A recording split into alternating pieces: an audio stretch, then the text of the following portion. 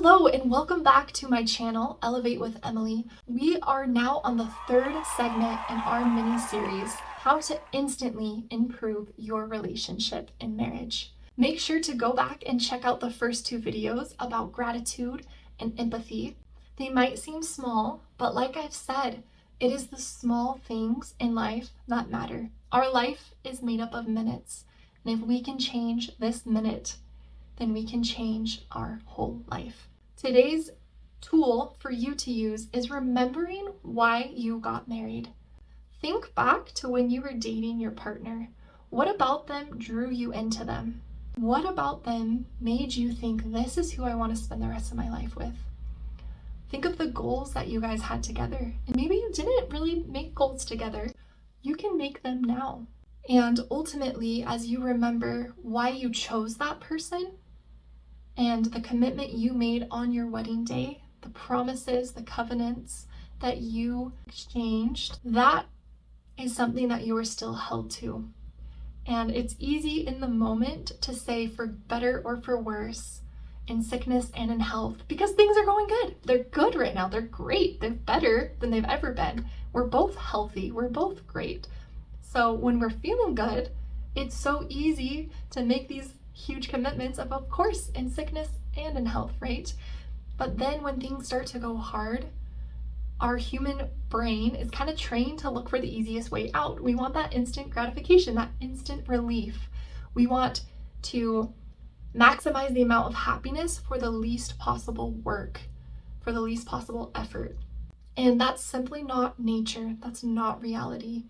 Ultimately, it is maximizing the level of work that we have to put in order to bring fulfillment and happiness. And it's not always proportional, and that's okay, because it's fulfilling and it's worthwhile and it brings purpose. And so don't always chase after some illusion of happiness, but chase after purpose, chase after meaning, chase after keeping your commitment, because that's the person that you are. And so in the tough moments, when you're angry at your spouse, when they're frustrating you, when you feel all alone, when you feel misunderstood, when you feel angry and hurt and lost, I want you to remember why you chose to be with them. And I want you to recommit to choosing them every day. You chose them when times were going good, and now it's a very real great indicator of your character. You get to choose them when things aren't going well. You get to tell them, I choose you, not because of what you can give me, not because of some illusion of happiness or because things are going easy, but I choose you because I love you, no matter the ups or the downs. I love you when I'm happy. I love you when I'm sad.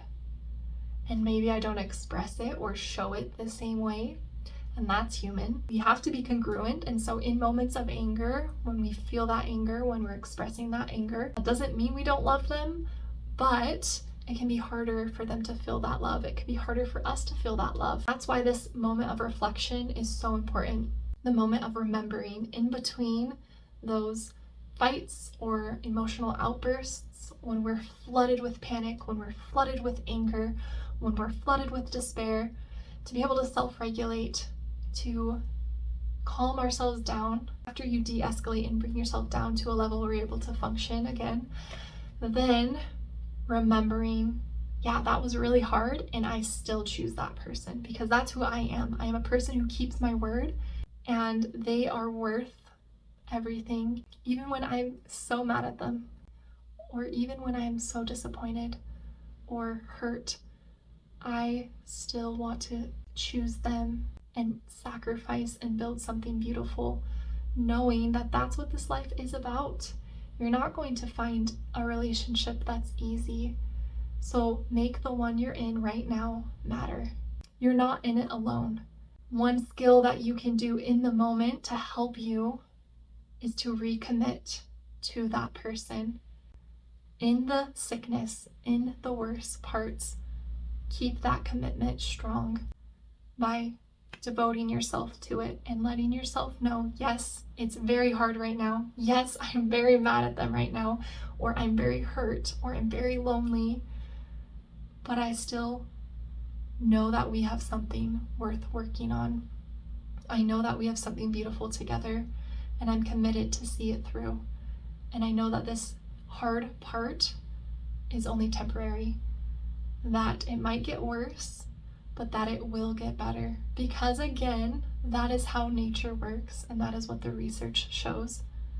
Life is ups and downs, and sometimes when we get into one of those downs, it's so hard to remember what those good times felt like, and it's so hard to believe that we're going to get there again. But as you journal, and as you reflect, and as you remember your cycle, then you can take hope that, yes, I've been here before, and I know I can get there again. I know things can get better because it's gotten better in the past. Check out the first 2 tips. I'm so excited to hear how this 3rd tip will help you. Keep doing these things, and I will catch you in the next video.